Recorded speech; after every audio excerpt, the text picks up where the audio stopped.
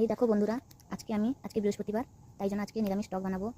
আর বেশি কিছু বানাবো না, কারণ আমার মা স্কুলে রান্না করতে গেছে, তো সেখান থেকেও তরকারি ভাত সব কিছু আসে, তাই জন্য আজকে একটাই তরকারি বানালাম। দেখতে থাকো। প্রথমে তেলটাকে দিয়ে দিলাম, তেলটা একটু গরম হবে। তারপরে 5 ফোড়ন দিয়ে দিলাম, দিয়ে দিলাম।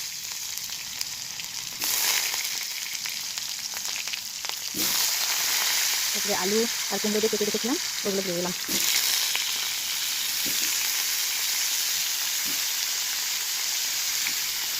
একটু নাড়িয়ে নেব।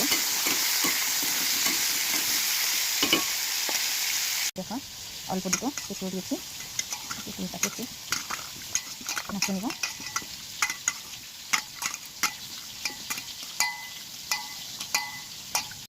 নুন দিলাম, হলুদ দিলাম। এবার নাড়িয়ে নেব।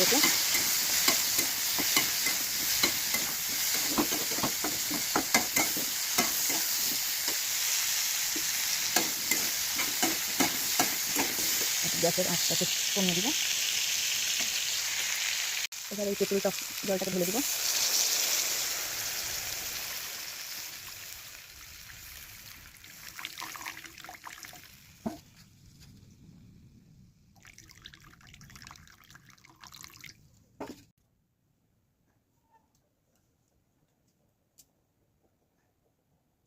ভিডিওটা কেমন হয়েছে আশা করি তোমরা কমেন্টে জানাবে।